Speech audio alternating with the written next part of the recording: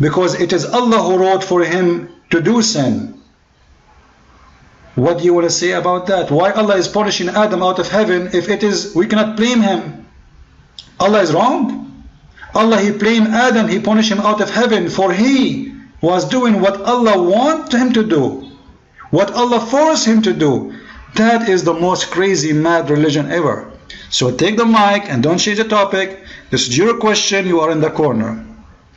If there is no Eve, no woman will betray her husband. This is what the Prophet said. Allah, Prophet of Islam, he accused women to be doing the original sin of Eve, because if there is no Eve, what is the problem? The original sin of Eve. They inherited their sin from Eve.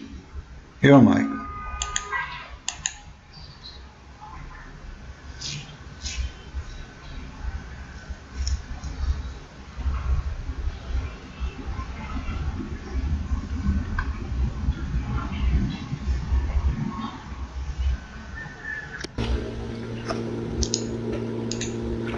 Hello everybody, is my voice clear? Is my voice clear? Is my voice clear? Okay. Listen, it is not, you want me to have a debate or dialogue with you. It has to be bilateral agreement, right? It has to be bilateral agreement. Is my voice clear? Can you hear me? Can you hear me? Okay. It has to be bilateral. You, I am represent, I am a Muslim, you are a Christian. If it is your way, I am not pleased sitting here and there. If it's your way, you will be pleased because you're going to direct the channel, the discussion to your way. So, can we have an agreement? We have not agreed now on the rules of the discussion. You want an interpretation for that hadith, by the way? What Allah has destined for us, we don't know. We don't know until it happens. Until it happens. So Adam, when he said to Moses, peace be upon him, when Adam said, don't argue with this, now let's close this point. Christian Prince, you don't know what Allah has written for you in His destiny, may His name be glorified, and His decree of Allah subhanahu wa ta'ala. So Adam, when he said to Moses, peace be upon both of them, you are blaming me for something that Allah has written for me and decreed for me. Adam did not know that sin he would commit until it happened. Until it happened. And this is the key word here, that we don't know about the decree of Allah subhanahu wa ta'ala. And that's why the disbelievers, when you come and ask them, why don't you become a Christian? Why don't you become a Muslim? They would say, we would not become a Muslim because Allah did not guide us. Did not guide us. How do they know that Allah have written or decreed that He would not guide them? So it has to do with the knowledge of Allah subhanahu wa ta'ala. I don't think you understand this point. I don't think you understand. That's why you make this argument. That Adam did not know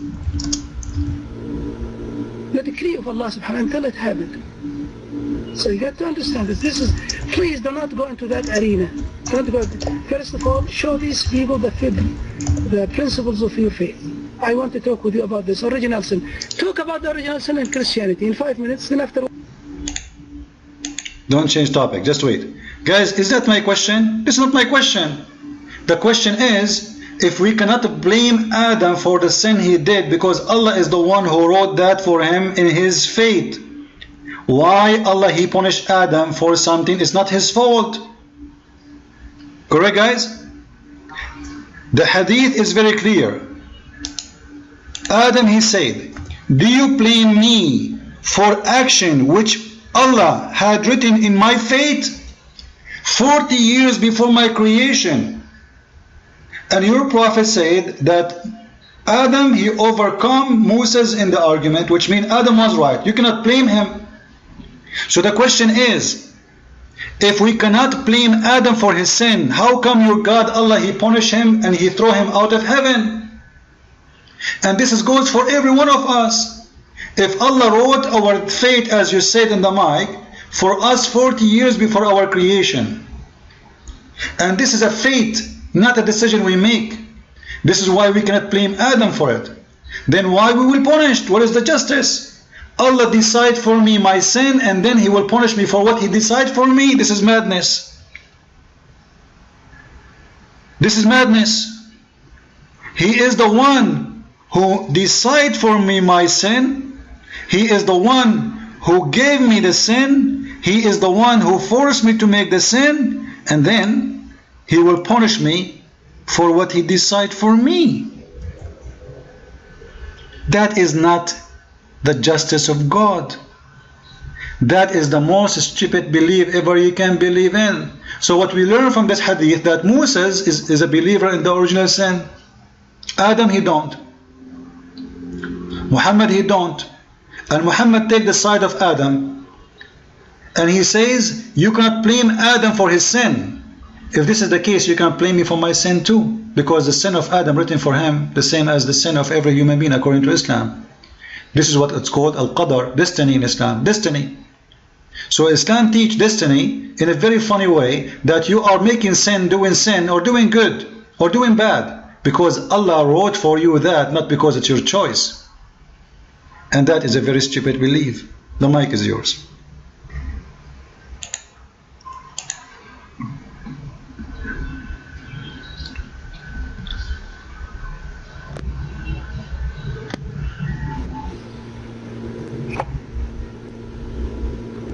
Okay, is my voice clear? It seems to me that you are confused regarding the history of Allah subhanahu wa ta'ala. Is my voice clear?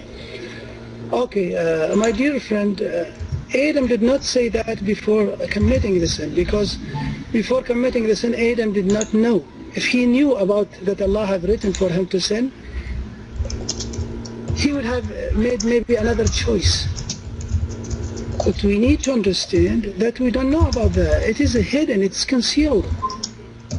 It is concealed. Thus, Allah subhanahu wa ta'ala does not want us to commit the sins. For example, if you come to a person, if I come today and point the gun to your head and kill you, and the people take me to the court, and when the people in the court say to me, well, you have killed Mr.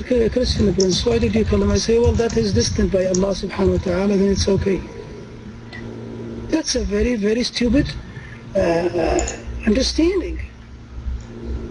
The answer is, the judge could ask me, how did you know that Allah destined this in you? We don't know about the destiny of Allah until it takes place and happens. So Adam is blamed for something which he did not know. Adam committed the sin, but he did not know before committing the sin that he would do the sin. And that's why he was punished for that sin. Although afterwards he was forgiven, but the punishment for that sin, he was sent to earth. Sent to earth from heaven. So you need to understand that you don't know the destiny of Allah subhanahu wa ta'ala. I want you now to answer this question. If I come to you now, and I said I want, for example, to hit you with a stone in your head, and then I go ahead and hit you, and you fall unconscious, and they take you to the hospital. Then when you go to the hospital, the doctor say, why did you do this? I say, I did it because by the will and the decree of Allah, He has decreed this. Is this logical? Then the whole concept of the prophets is demolished. Why did the prophet come to you? For example, you are asking me to believe in Christianity. In the day of judgment, Allah would say to me, why didn't you believe in this Christianity? I would say, well, if you, God, you have destined for me to become a Muslim. So you have no justification to put me in hellfire. So your concept of understanding is basically demolishing the beliefs of the prophets. You are giving excuses to the disbelievers to disbelieve in God. And that's why I say you are confused. The destiny of God is concealed, is held, except by Him subhanahu wa ta'ala. May His name be glorified. We as a human beings, we don't have access to it until it takes place. So you tell me, my dear friend, now, I'll ask you now. You ask me become a Christian. I want you to give me a good answer, a valid answer, a reasonable answer. You ask me, Mr. Bedr, 13 says, you become a Christian. I say, well, I would not become a Christian for a second, because Allah is destined for me to become a Muslim. what would be your answer? What would be your answer? You give me your answer, please. You give me your answer. And let's see if the room would buy this answer or not. The key word here is the knowledge and the knowing of the unseen of Allah subhanahu wa ta'ala. Allah has written everything in the unseen. And Allah have destined many things for us. But we don't know what is destined. That's why we have the choice to go right or to go left. To become a Muslim or to become a Christian. We have the choice and we bear the consequences of our choices. Why? Because we don't know what Allah has destined for us. If we would already know, we would not be accounted for our decisions. Do you hear it? If we know what Allah has destined for us, we would not be accounted for our decisions. Why I'm accounted to be a Muslim or to become a Christian, to become a Jew or to become somebody? So it seems to me you're confused in the issue of this. You are confused. So please do not show that you are that you don't have knowledge regarding the destiny of Allah. When you bring citations from the Holy Quran, you just stay in the arena of Christianity. You stay in the arena of Christianity. Otherwise, you are demolishing the message of all the prophets. The prophets came to you, Prince, Jesus came to you to become a Christian, for example. Moses had come to us to bring with us certain things. Now the disbelievers would come to Moses and Jesus in the Day of Judgment and say, well, we have an argument against you. God have destined for us to become atheists.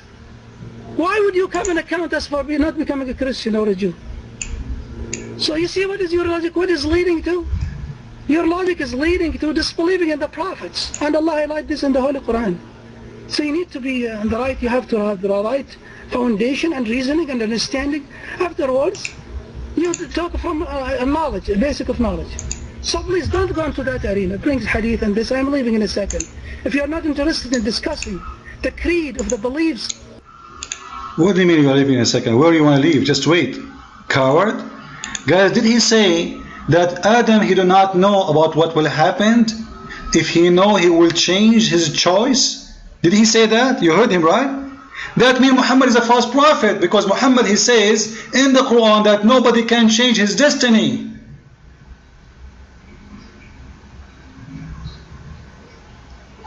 And if this is true, if you know, you can change. If you cannot know, if you do not know, you will not change. So what the point of this anyway, if you will never know until you do it? You see how stupid even your statement? If Adam knows that this will make him go out of heaven, he will do something else. But he said Adam don't know. So what the point of saying if Adam know? Nothing. It's just a stupid talk.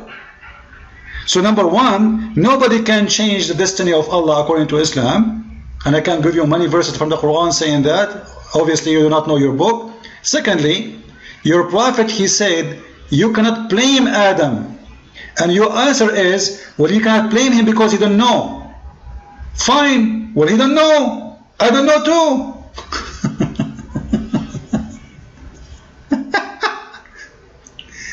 You know, you don't know until you do it. That's what he said. You don't know. You will do sin until you do it. Thank you very much. And yet Allah will punish me for something I don't know until I do it, because He is the one who made me do it. You see the madness of the Abduls? Secondly, obviously your prophet saying that Moses, he believed in the original sin. Question: how Moses, he believed in the original sin? He's a Muslim. Correct, guys? Moses, according to Muhammad, is a Muslim. Obviously Moses is not, because Moses believed in original sin. And Moses, he is a prophet of God. That means he was teaching his people original sin. And the argument is very stupid, because it happened when? After they die. Which means Moses all the time was teaching his people original sin. Are we following, guys? This conversation happened between who and who? Between two people. Who are they? Adam and Moses. How Moses will see Adam? After death. So this debate means Moses all his life believed in the original sin. Are we following?